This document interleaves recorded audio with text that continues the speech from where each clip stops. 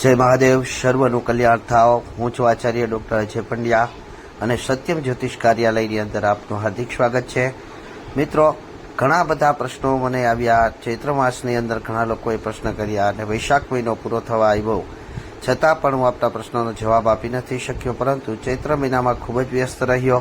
ચૈત્ર માસ સમયમાં મેં 23 યજ્ઞો કર્યા, જેમાં 18 પિતૃ કાર્ય કર્યા, જેમાંથી 13 પંચબલી કર્મ હતા। અને આપ જાણો છો તે પ્રમાણે ઘણા મિત્રોનો એવો પણ પ્રશ્ન આવે છે કે દાદા, આપની કથાઓ હમણાં જોવા નથી મળતી। મિત્રો, કથાઓ હું શ્રેષ્ઠ યજ્ઞકાર હોવાના કારણે કથાઓ હું ખૂબ જ ઓછી લઉં છું, પરંતુ મારી દરેક કથાઓ આપ જોઈ શકો છો।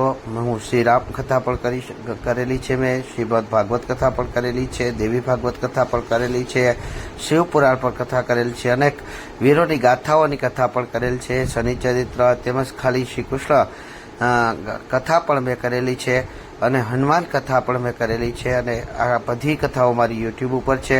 પરંતુ આ પવિત્ર ચૈત્ર માસની અંદર મારી પાસે ઘણા બધા યજ્ઞો રહ્યા અને હું એવું વિચારું છું કે હું શ્રેષ્ઠ યજ્ઞકાર છું, કારણ કે હું નહીં પરંતુ યજમાનો સાથે લોકો કહે છે કે દાદા, આપ માત્ર એવા ભૂદેવ છો કે જે પંચબલી કર્મની અંદર પણ પુસ્તકનો સહારો લેતા નથી। મિત્રો, હું કોઈ કથામાં પણ કોઈ પુસ્તકનો સહારો લેતો નથી। મા સરસ્વતીની અને સાક્ષાત બ્રહ્માજીની મારી પર અસીમ કૃપા છે, અને ઘણા બધા ભૂદેવો એવા છે કે જે પણ પુસ્તકોનો સહારો લેતા નથી। કોઈ પણ દેવી કાર્ય હોય, આ વખતે જે મારે પ્રાણ પ્રતિષ્ઠાથી લઈ, નવચંડી યજ્ઞથી લઈ અને પિતૃ કાર્ય રહ્યા, આ પિતૃ કાર્યની અંદર જે લોકોના સવાલો આવ્યા છે એ સવાલોમાં ખાસ કરી અને પંચબલી કર્મને લગતા જે કાર્યો હતા એમાં ઘણા બધા મને લોકો અલગ પ્રકારે જોવા મળ્યા, જેમાં ખાસ કરીને ઘણા લોકોની એવી જ અપેક્ષા હોય છે કે જે પિતૃઓ મૃત્યુ પામી ગયા છે તે લોકો કોઈને કોઈના પનમાં આવી ધૂણી અને કહે અને કંઈક માગણી કરે, પરંતુ ખરેખર એવું હોતું નથી। ખરેખર તો જો કાંઈ માગણી ન કરે તો એ આપણા માટે અહોભાગ્યની વાત કહેવાય, કારણ કે તે માત્ર બ્રાહ્મણની ભૂદેવની વિધિથી અને આપણા કર્મથી મુક્ત થઈ ગયા છે। આથી કરી એ આપણા માટે સારી વાત કહેવાય। જો માગણી કરે તો જે માગણી કરે એ આપણે આપવી પડે, સપ્તાહ આપવી પડે।